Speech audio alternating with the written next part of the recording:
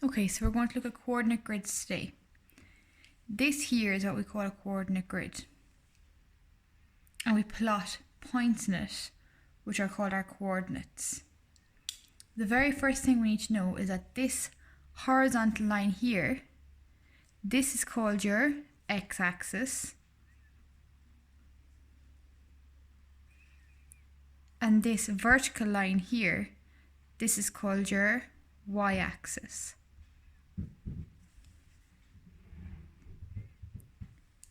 We need to label these points here on our lines.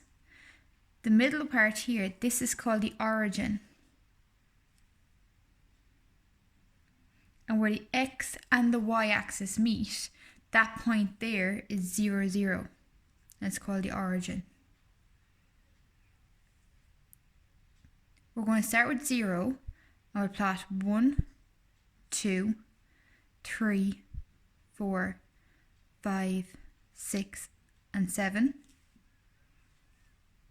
Going backwards from 0, we have -1, -2, -3, -4, -5, -6, -7. You can pause the video here if you need to, just to make sure you have all this taken down. Now we're going to do the same in our y-axis. Here is 0, so we go up 1, 2, 3, 4, 5, 6, 7, 8, 9. Go back to 0, and we're going down. It's -1, -2, -3, -4, -5, and we'll stop at -6 for now. What's really, really important is you see here, when we're counting up as 1, 2, 3, the spaces have to be the exact same size. So if you choose to go 1 square each time, you have to stick to 1 square. You can't just skip 2 or skip 3. You have to choose a scale and stick to it. Now, I'm going to plot a point, and I'll plot the point 4, 6. I'm going to call that A. The coordinates of A, I went across 4, and I went up as far as 6. So my coordinates are 4, 6.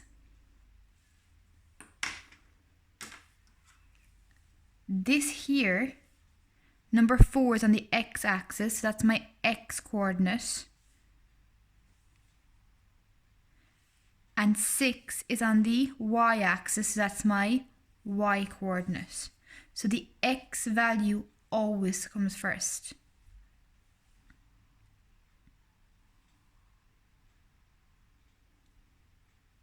Pause here and take down all this if you need to. Now what I want you to imagine is if we're going to just zoom in on the top right quadrant. Okay, this is known as the first quadrant, the second quadrant, the third quadrant, and the fourth quadrant. But for today, we're going to zoom in on the first quadrant here. This here is going to be our first quadrant from the top. And this time again, I'm going to label my point, that's 0, 0.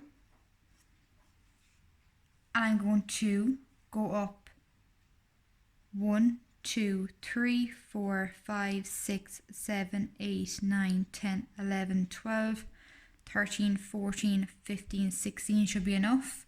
I'm going to go across 1, 2, 3, 4, 5, 6, 7, 8, 9, 10, 11, 12 should be enough. And I'm going to label them.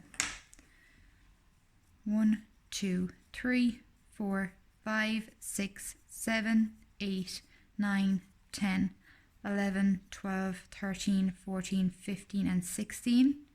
Okay, so just make sure they're all labelled properly. And 1, 2, 3, 4, 5, 6, all the way as far as 12. If you need to pause the video here, you can, and make sure that you've this grid drawn out. Ideally on graph paper. If you don't have graph paper, just make sure you use a ruler and measure across in centimeters, and you can use a whole A4 page if you need to. Okay, we're going to start with the example now. And the example says, plot the following points. A, which is 2, 3. So our x value is 2 and our y value is 3. This here is our x-axis. This here is our y-axis. The x value comes first. So you go across 2 on the x-axis and you go up as far as 3. So across 2, up as far as 3, and we're going to label that A. That's the first point plotted.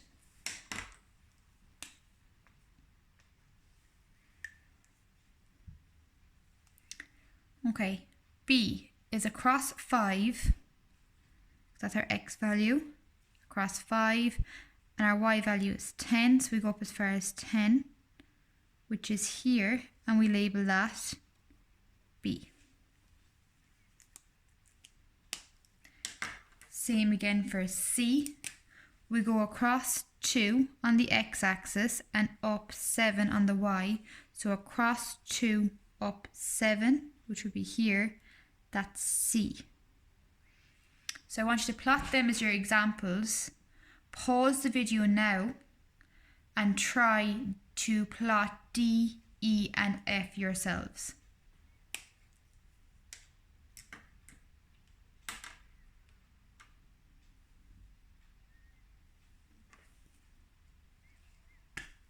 Okay, the answers are coming up now.